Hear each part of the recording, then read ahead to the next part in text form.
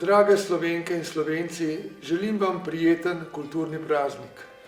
Tudi na Ministrstvu za zunanje zadeve postavljamo kulturo v samo središče našega delovanja.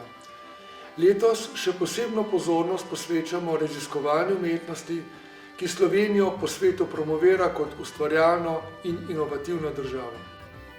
In seveda ravno to prečenje med znanostjo, gospodarstvom, izobraževanjem in tudi umetnostjo pomeni v resnici temeljne postulate kulture 21. stoletja.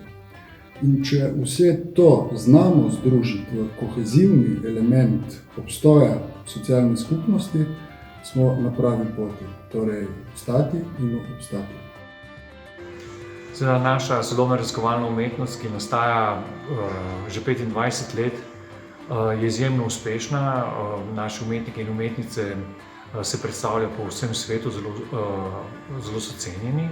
In iz tega naslova tudi letos gostimo konferenco Excite, konferenco evropskih, pravzaprav svetovnih centrov znanosti.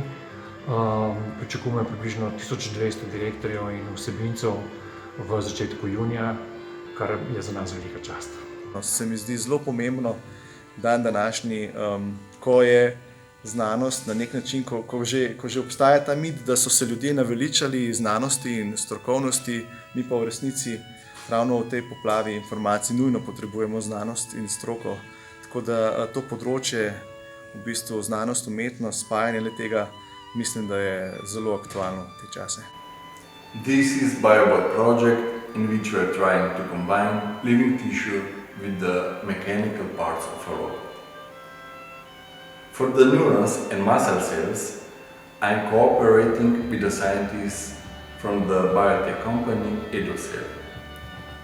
Material for muscles we are developing with the scientists from Institute Jožef Stefan.